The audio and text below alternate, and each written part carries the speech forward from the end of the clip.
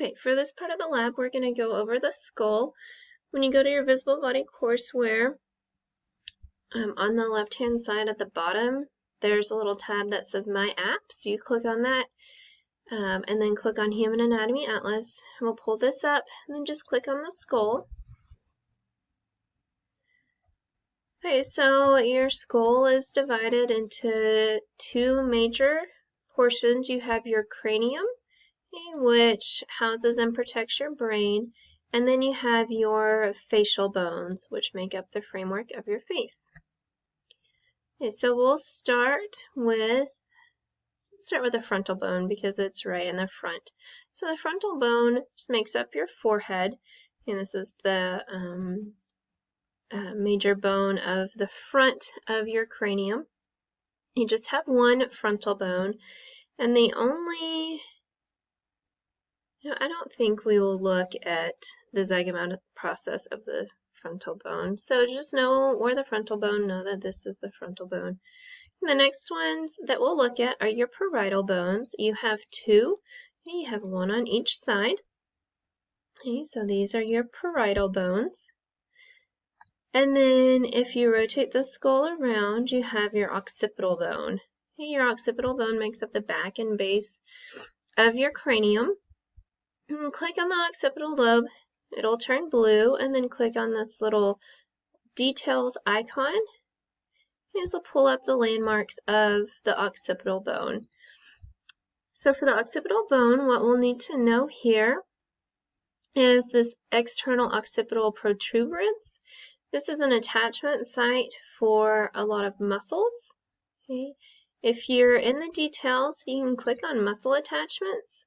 You can see the muscles that attach here to that external occipital protuberance. Okay, you have your trapezius muscles. Your trapezius muscles make up that upper shoulder.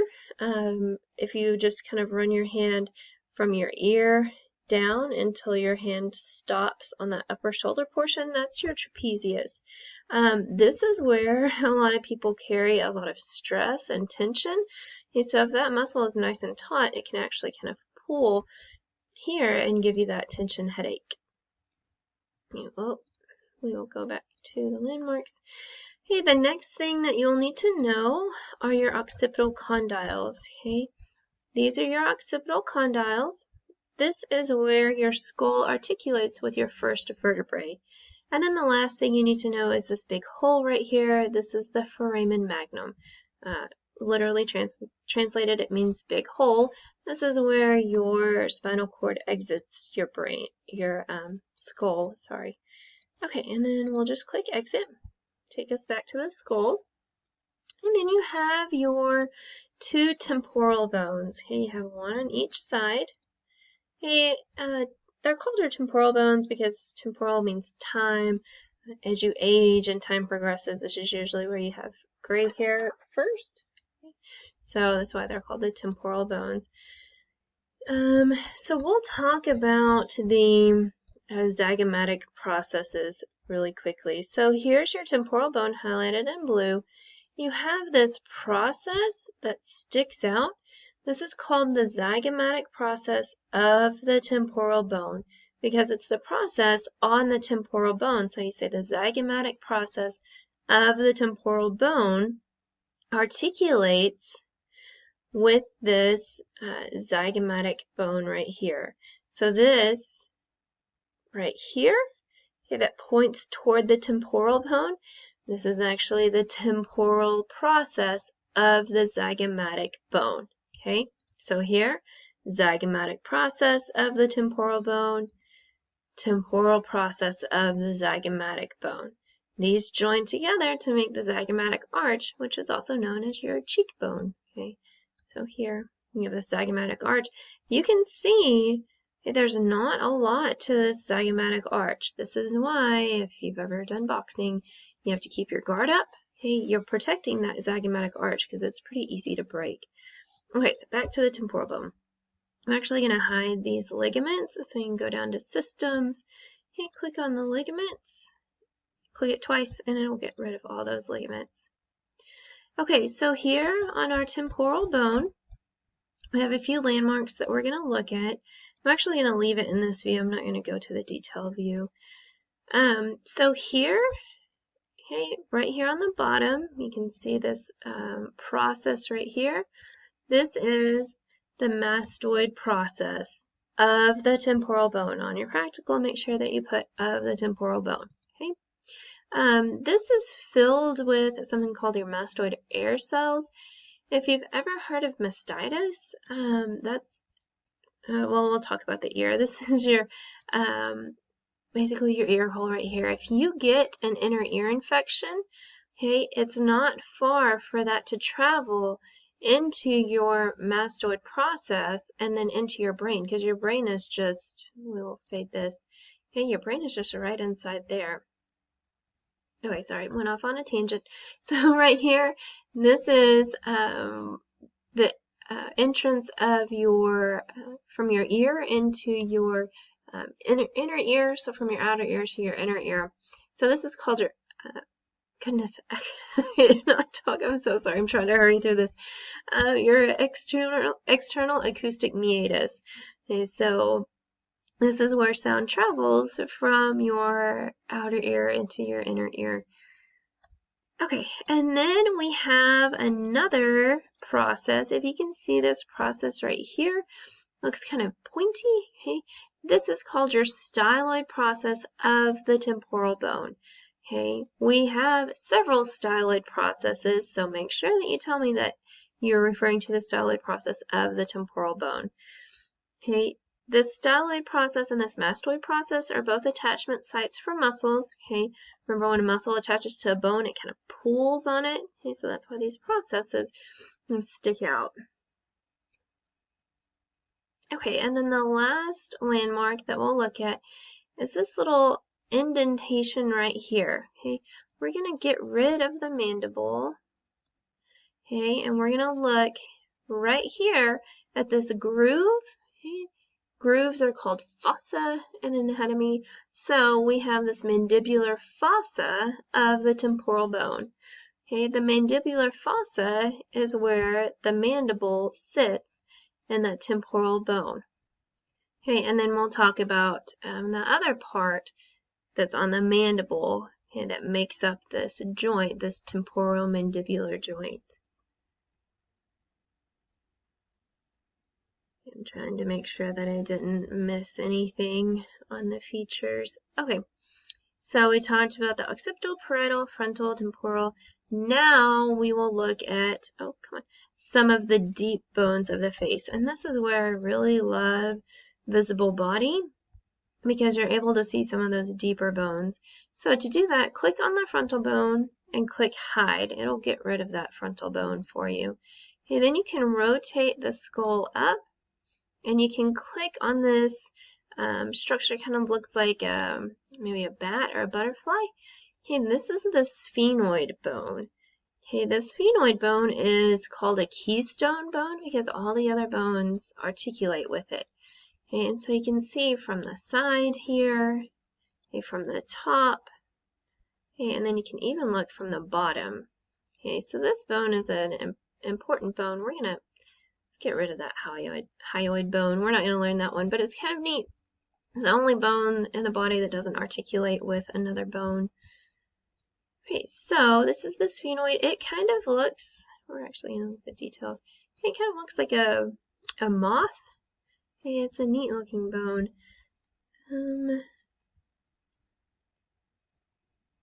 Okay, so we're not going to look at any landmarks on the sphenoid. You'll just need to know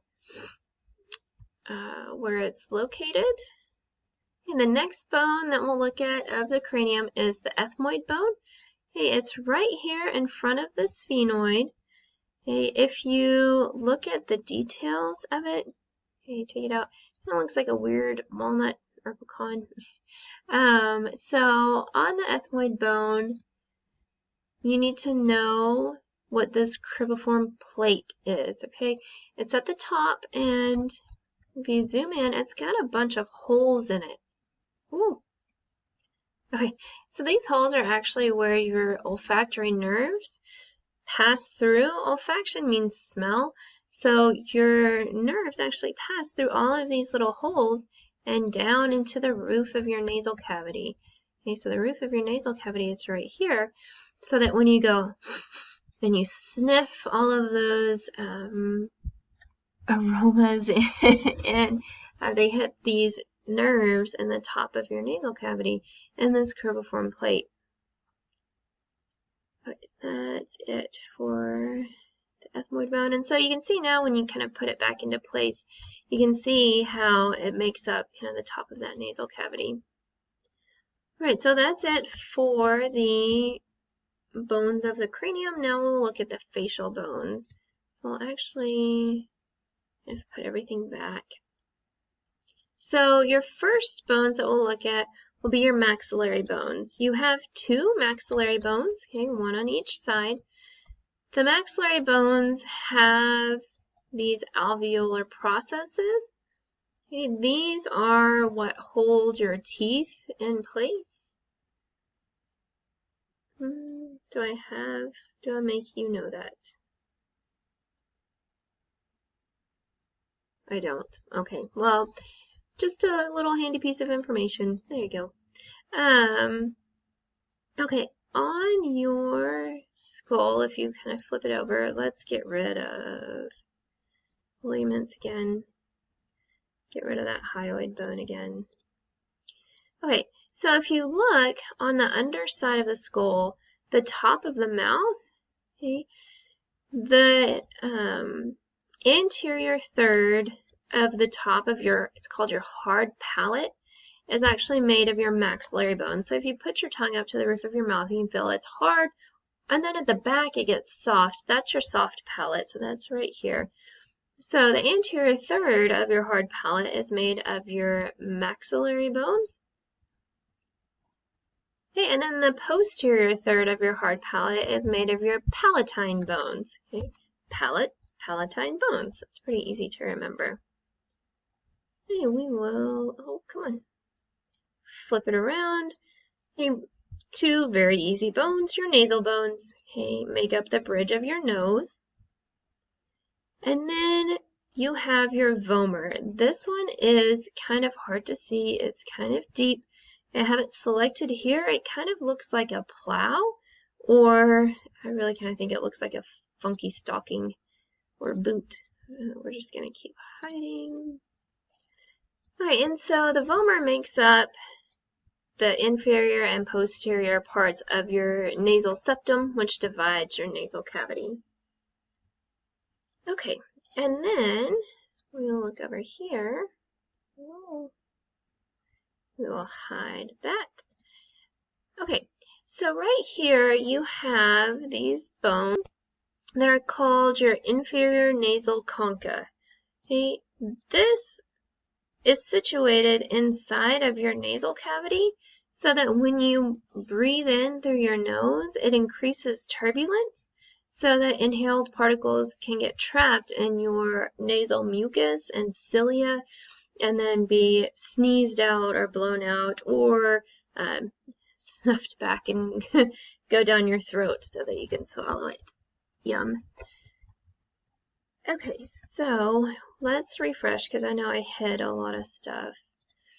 Take off the ligaments again. Okay, so now we're going to look at that zygomatic bone. Okay, so we already talked about the temporal process of the zygomatic bone articulates with the zygomatic process of the temporal bone to make up the temporal mandibular joint. Okay, and then the next one are your lacrimal bones. Your lacrimal bones are pretty easy to pick out because they have a hole in it. It's called your lacrimal puncta. This is actually where tears drain down into your nasal cavity. This is why when you cry, you kind of get the sniffles. Oh, my time's about to run out. Your last one is your mandible. Right here you have your mandibular condyle, okay, that fits in the mandibular fossa of the temporal bone, and it makes up that temporal mandibular joint.